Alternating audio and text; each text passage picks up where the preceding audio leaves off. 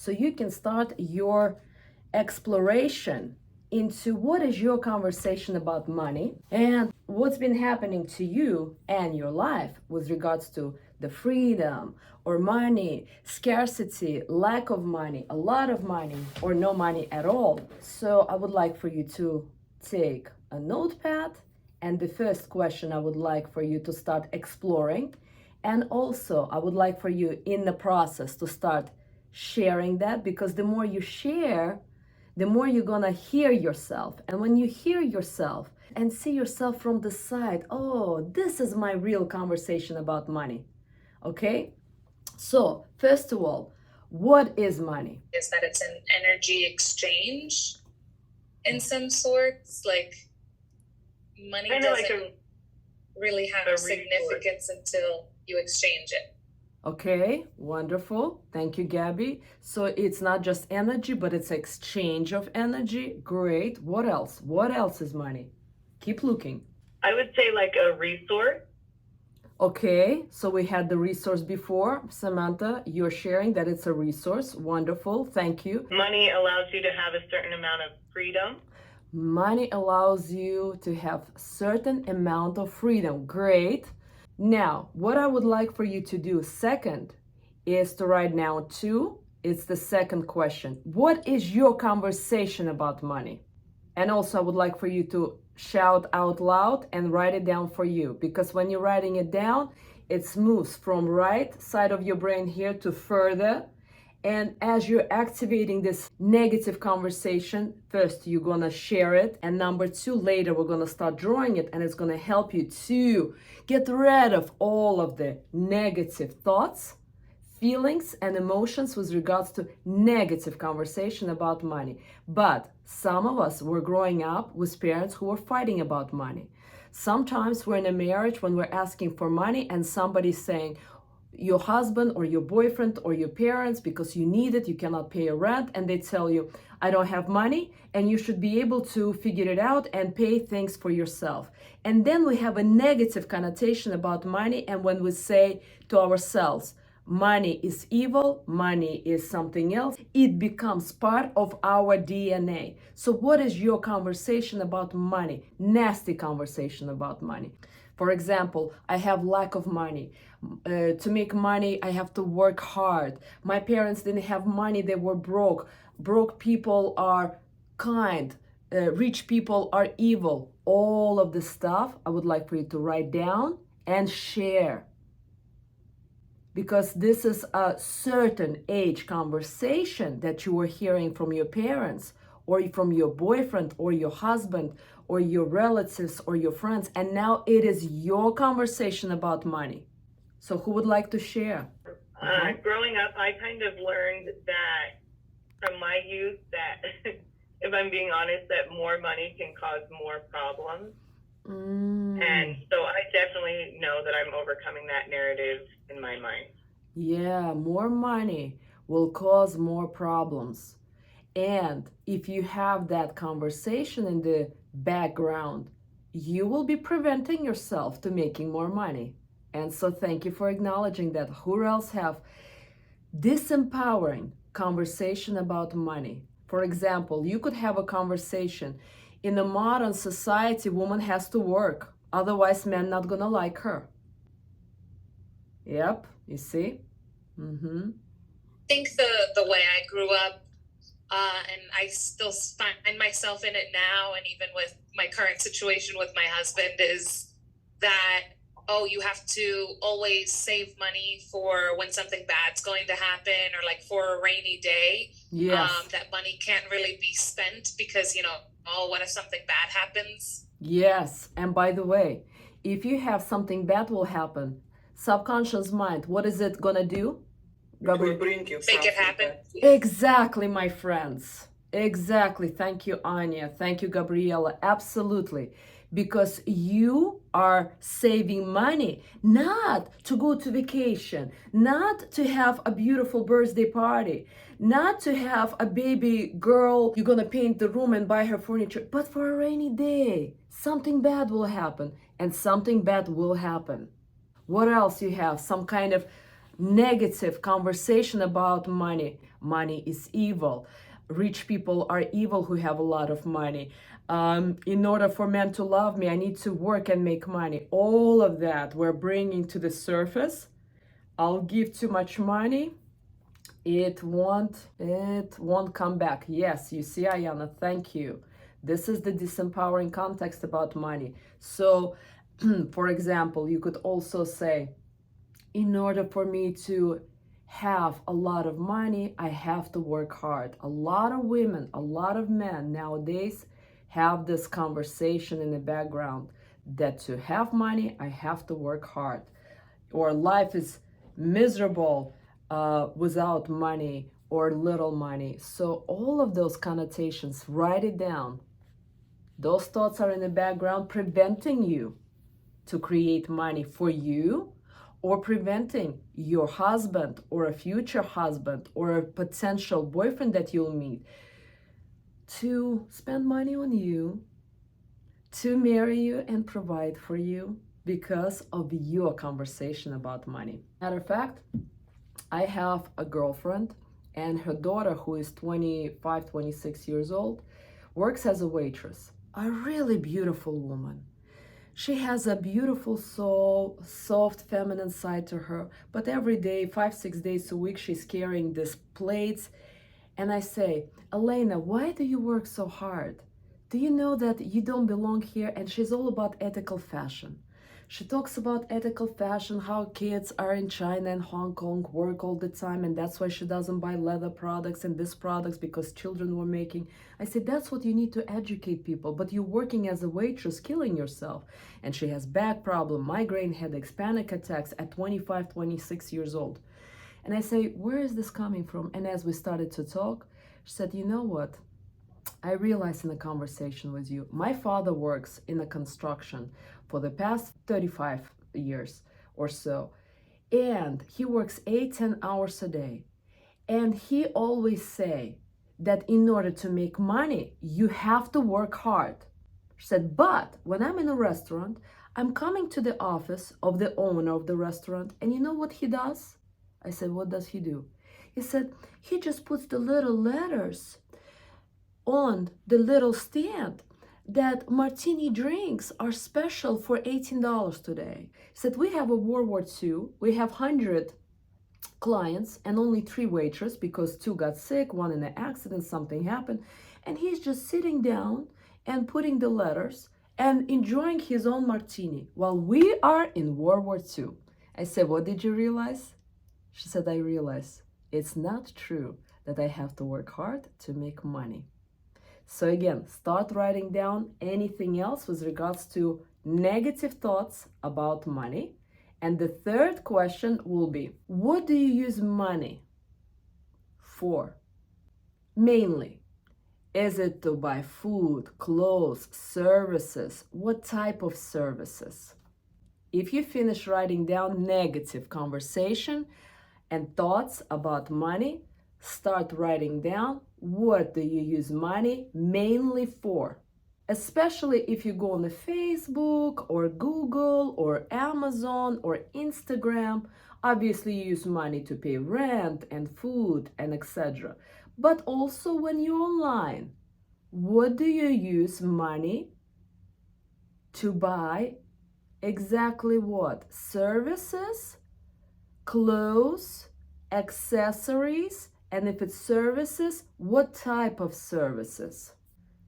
And if you can, ladies, please share with me now, what do you use money for, especially when you're online? What products do you buy?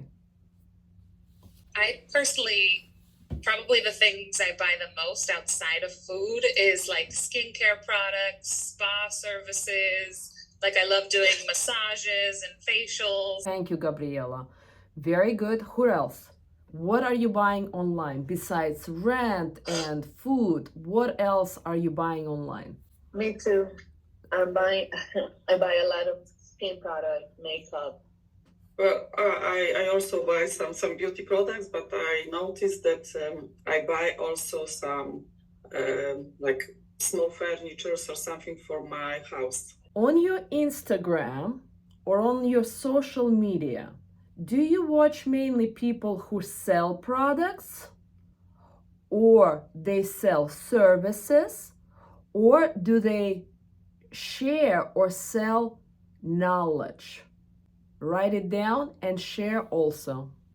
Probably leaning more to the knowledge, where they're selling like knowledge or a course or further education in something. Mm-hmm.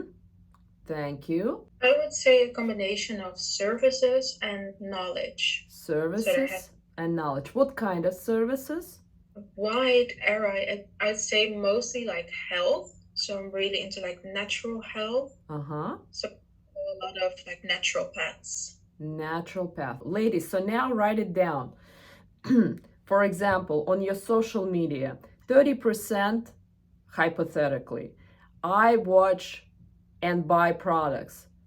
40% I watch knowledge and education, the rest services. That's what it's important for you to be honest and write it down. What is your social media? 100% products, or 50% products, or 30% makeup, 40% herbal products, 10% health products. Be honest. Next question. Do you buy products by 10, 20, 50% discount? You watch only free educational stuff, or you buy items full price? Share and write it down. And this comes with online and in person. You go to the store, you go immediately to the sales department, or you go to the store where they have 20% discount. You go online and watch a content only if it's free, for example, or you go online, you see something and you pay full price, whether in store or online, and write it down. I stopped purchasing things that are on sale, but probably 6-7 months ago, I would always buy things on sale. I always pay full price. I have never waited for sale or stuff like that. Okay, is it comes to certain items like clothes, or do you buy full? Everything. Got it. Everything. I sometimes I don't even just look at the price. Okay. What kind of purchases there are? Like for groceries, I rarely look on prices. Yes. Sometimes when it's something very visible that it's a good deal, I take it. But for like bigger purchases, yes, I'm looking for some discounts. But it's not like the first thing to consider for me. Okay, clear. Samantha? I would say, to be honest, the most money I spend is on food, and I do not budget on my food. If there's one thing I'm going to buy and buy high quality, it's going to be the food that goes in our body. Yes. But when it comes to like clothing or even things for my home, I tend to thrift those. I try to find those on the lower end for sure. Got it. And under this, also write it down. Some of you probably still watching some content with regards to education and knowledge. How many of you watching a free content, and how many of you are willing to pay for that content? Write it down. Or already purchasing and buying the content. Who wants to share? Are you making decisions on purchases yourself or with someone else? I'm definitely by myself. It's a solo decision. Got it. I make financial decisions now with my husband. Got it. So you started to ask husband, and Ayana actually stopped asking. She probably makes decisions on her own. Got it. Very good. Now write it down. Next question. What is the price range that you buy items for? Is it between $50 and $100? Is it between $100 and $500? Is it between $500 and $1,000? Above or below? What is the price range, average price range that you purchase items for? Ayana, 500 to 200. Clear. Who wants to share? What else? 100 to 500. 100 to 500. Okay. I used to really be like $5 to $10, but recently I've definitely added zeros, so I'm probably closer to 100 to 200. Got it. Very good. Next question. Thank you for sharing. Do you seek quality or you seek a good deal or discount when you purchase things? What's more important, the price or the quality? So the price, quality, and also add quantity. And this comes to makeup, herbal health products, clothing, shoes, services, everything. What is your decision? Quality, quantity, or price? Next question. Quality. Quality. Very good. Next question. What upsets you when you purchase things? Who wants to share what upsets you when you purchase an item or service or product? Ayana, because it's not useful, it upsets you.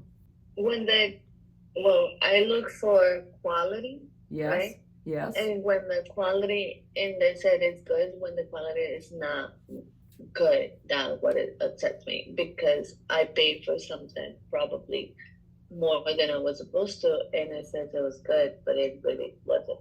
Yes. So you thought the item was this quality, but it came a really bad quality like that, and it upsets you. Or Jenny also said, it upsets me when I realize I didn't actually need a product or when it turns out to be a bad product. So clear. Thank you, ladies, for sharing. Why do you think you are lacking money? For those of you who feel that you're, first of all, who feels like they're lacking money? Can you raise electronic hands or real hands? Who feels that you're lacking money? Joy, who else? Samantha, Ayana, Shirley, Anya, do you feel like you're lacking money? It's in the middle, I would say. Like on every day, I don't feel. Sometimes I have this feeling when I would like to buy something very big or very expensive. So it's somewhere in the middle. Somewhere in the middle. Got it. Thank you for sharing. Now, the next question: why do you think you're lacking money? And this is it has to be an honest answer between you and yourself, and those who feel comfortable, please share. Why do you think you're lacking money? I honestly, because I sat with that for a little bit, and I remember growing up and just watching money being the most important thing and so stressful if you didn't have it. And so I remember kind of making up my mind that I wasn't going to let whether I had money or not stress me out. But I think I also am like pushing it away because of that. Beautiful. Samantha, you saw how people were stressing out about money. You made decision you're not gonna stress out about money, but subconsciously you also pushed money away because the conversation about money, the root cause, right? Root conversation about money is what? It's more trouble. Yeah, more it's stress. Exactly. It's not trouble, it's stress. Money causes stress. Write it down, because then you're gonna start doing the exercise using that. That is your root conversation about money. Anybody else? Yes, Shirley. To me, it's not, I don't see it stressful, but I lack the money because I depend on my husband. I don't work right now. And the other thing is, when I grow up, I am Latina. So for my parents to have money in my country, it was hard. They had to work hard for it. So I always see it that you gotta go and work hard and leave your kids behind and everybody in order for you to go and work. So I think that's why I see it, that you will have to work so hard. Shirley, I would like for you to write down your conversation about money is I have to work hard to make money. It's you inherited that conversation. And even if you don't work, you still have that conversation, because when you ask your husband and he doesn't give you money, you still prove that, yeah, even to ask money and to get money from husband, it's also what? Hard, right? Do you see that? It's all about asking money, getting money, working for money. It's all about money is hard. Do you get that? Right. Yes. Yeah. So that's going to be your conversation. I don't necessarily feel a lack of money right now, but I definitely still have that fear of spending money or even like selling. I have an investment property right now that's been a really big headache, but I know I should probably sell it. Yeah. But that kind of fear, and I know for as far as my family goes, I could see it directly correlate to family fears because all business owners and did pretty well in their own right, but then everything was kind of taken away from them. So, and they had to start from scratch moving to the US. So I think that's why I still have this fear that I'm working through of like, oh, you have to like hold on to certain things because what if it's taken away, or, you know, kind of that idea of saving money for the rainy day. Yeah, Gabriela, this is a really good one because I have a similar conversation because my grandparents from Russia, they were sent to Siberia and they got taken away their servants, their horses, their property, all of it. And so on one day they were rich and next day they were broke, poor in Siberia. So I've noticed years ago that my conversation was at some point a government or someone can come and take it away. And so you have a similar story, right? So I have to save it for a rainy day because what if someone or the government or something takes it away? It's definitely something I think about. Yes, I will lose it or someone will take it away and I will be what? I'll be on my own. I won't be able to survive. I'll have to start from scratch all over again. So I will be poor. Do you get it? Yeah, I'll be poor. I'll be poor. Sure. Yes, somebody will take it away and I will be poor. So you got to write it down. That is your main fear about money. Is everybody start to get clear what is your core conversation, this empowering conversation about money?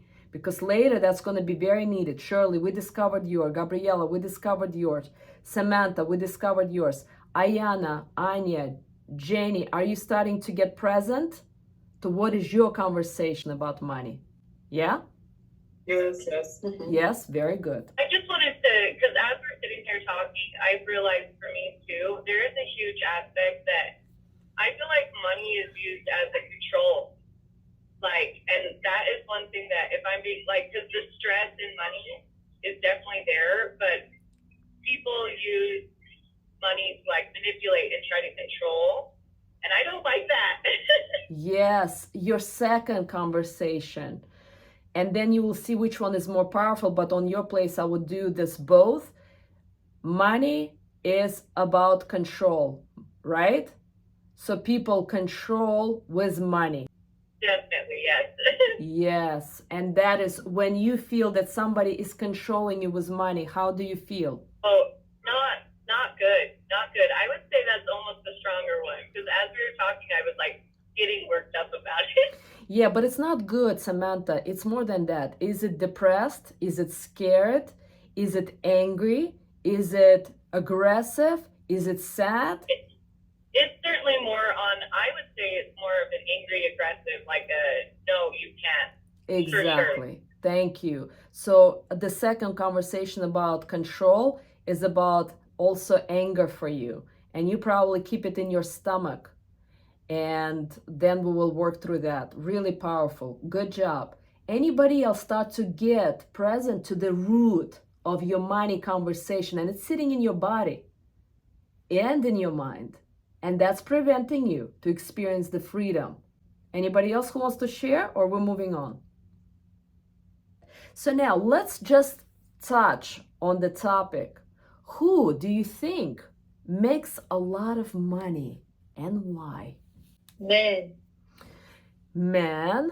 Okay. What kind of men? all men. I mean, wherever I work, so Oh, I study know or everything. plenty of men who are very broke too.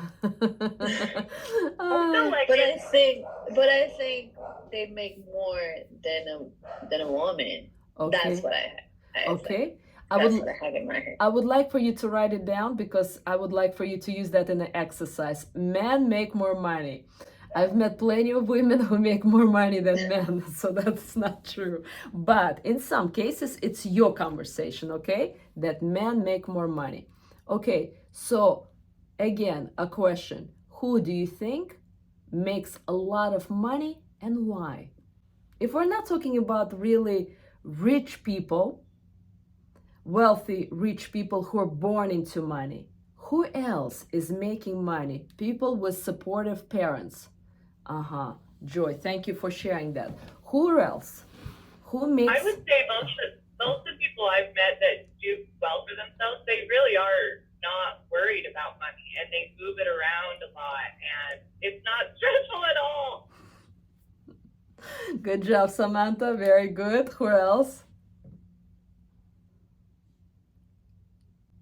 Who makes a lot of money, and why do they make money? Go, Gabriela. The ones who ask for it. I kind of felt like when I was working in my career, there were a lot of people who, you know, felt like, oh, I'm not making enough, all those types of things. And then they would find out that another coworker that's doing essentially the same job is making maybe like 20,000 more than them. And they would be surprised, and then they find out, oh, well, they asked for that, so that's why they're making it. So the ones who are like assertive and ask for what they want. You will see soon that it's actually not the one who are asking, because this is still in the field of, oh, I have to work 40 hours a week and I'm asking for a raise, they are making more. But these are still not the people who make a lot of money. They're still not the category. And Ayana is saying people that don't think making money is hard, it comes easy to them. You're tapping into that, Ayana. That's great. And we're gonna soon discover that. But you are already a little bit kind of touching this area. Is anybody else wants to share? Who is making a lot of money and why? I was thinking that these are like confident people and with high self-esteem, that they believe that it's something natural and money flows to them. So that it's a kind of like freedom, self-confidence, and is it confidence in themselves or confidence in something else? Confidence in themselves. Okay, got it. Thank you, Anya. You are touching on something, but we will discover that a little bit more. Why are you lacking money? Ask these questions once again. Why are you lacking? Ayana, also write down, is it fear of what? Fear of failure or fear of success? Fear of failing. Very good. Because a lot of people are also afraid of succeeding. Mine would be fear as well. And again, it comes back to leverage. I don't want it to come back and be able to use against me. You see, it goes back to that control and anger. Do you see that? Yes, I do. Wonderful. What a great work, Samantha. Awesome. Anybody else? Why are you lacking money? Well, it came to my mind right now after all those questions, because I was thinking about money as a like a next responsibility, that you have to manage it to have more money. So that it's like another duty to be done. Yes. to have more money. Yeah. Beautiful. So fear of responsibility. Yeah. Yeah, and managing. Yes. Health and fear of success. Health and fear of success. Fear of the unknown. Beautiful. Yes. Fear of success. First, I want to give you a little bit of theory, and then we're going to go into practical exercise.